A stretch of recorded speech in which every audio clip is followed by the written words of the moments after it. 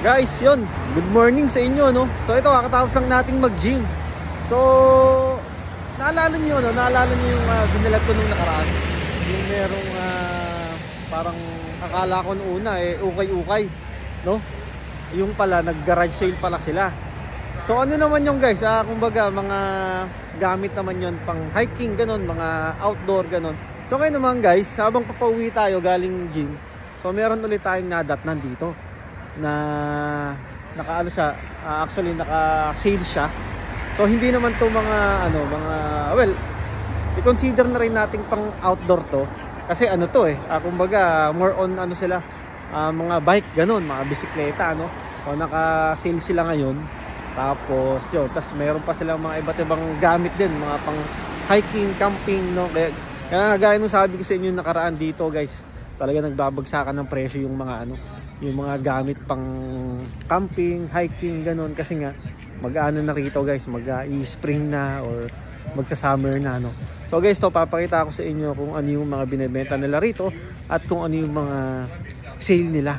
Oh, gaganda nga, actually nasilip ko na kanina. So ito guys, pakita ko sa inyo. So guys, dito lang yan, dito sa Vidder Mountain Bike Company, you know? Actually naka-sale nga sila guys, no? Actually, pagbungad pa lang natin is naka 50% off na sila, no? Actually hindi lang yan, mga mga bike naka rin sila rito, mga naka-sale din, no? So papasukin natin to guys, tapos yun, titignan natin guys kung ano yung mga binebenta nila rito, no? Actually gaganda nga ng mga gamit nila rito, lalo mga bike, no? So dito meron pa silang mga prito, nag-iihaw sila gano'n, no? So yun, ay sir, yeah, good. So ito guys, sorry, you're on the phone now. Yeah, vlogging.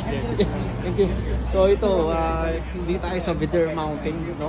Actually dito lang yan guys sa sa kahabaan ulit ng Vidder Road, no? Yan. Tapat lang siya guys ng tapat lang siya ng pinuntahan natin noon. You know, yung Vidder, ayun, yung Mount Waddington's outdoor, no? So tara guys, pasukin natin to, tapos yun, tignan natin guys kung ano yung mga binibenta nila rito at kung magkano yung mga binaba. Yan, no? Yan yung mga yan, no? Ganda ng mga bike. O tignan natin to guys. Ito, grabe naman presyo nito. Kahit ano yung presyo? Oh, $7,499. Pero ganda naman kasi talaga nito. Ayun, o tignan natin guys yung mga iba't ibang klase ng bike nila. Ay, kaya pala mahal tong mga to kasi ang alam kong brand niyang Santa Cruz na yan, talagang dati yan. Oh? Ay sir. So yan, so silipin naman natin ito. So 5,549 yung presyo, grabe. O yan, tignan pa natin yung iba. Eto, gaya nito guys, to naka-sale to, no? Sale.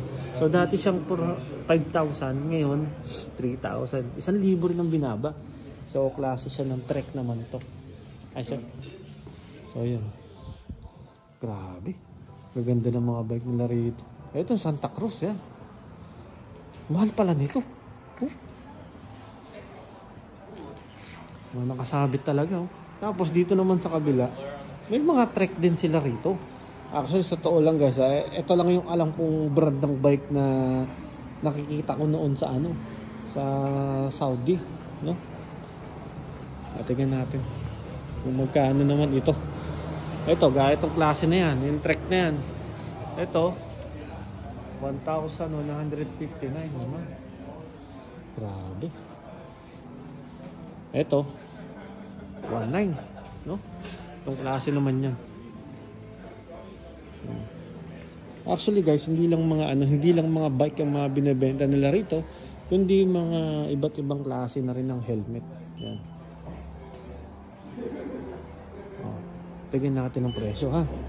Tignan lang natin yung presyo ng isang helmet nila rito. At malamang ano to? Ay wala. Ayan. 199, so 200. Sample lang yan guys, sample lang, no? So tanungin natin mamaya kung hanggang kailan yung sale nila rito.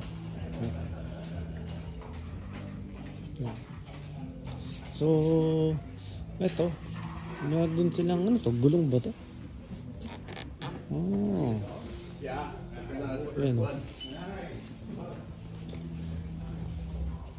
So, dito guys, meron din silang mga, hi sir, mga pagawaan ng mga ano rito. Yan, pwede mo silang ipa-repair dito. Yan, oh. Mga ganyan, oh. So, malamang sa malamang yan, pag dito mo binili yung bike, yan, dito mo ipapagawa. Kaso nga lang, syempre, hindi natin alam kung magkano yung labor. No? Lupit na itong bike na to. Yan ito, oh, prick. Oh, 5499. So, dati siyang 6399. So, okay, syempre, gaya ng sabi ko, hindi biro ang mga presyo ng mga bike dito pala, no? Ayan. Pero ano naman guys, kumbaga talagang branded naman talaga yung mga ano rito. Yung mga bike nila rito, tsaka yung mga piyesa, pati mga materialis talaga, no? So guys, yun lang. Kung sino yung mga taga dito sa Chilliwack, no? So dito mo lang yung matatagpuan sa kahabaan ng Beder Road. So may malapit lang sa halos katapat lang ng ano ng Pinas store, no? So guys, yun lang. Salamat. Ingat kayo lahat. God bless.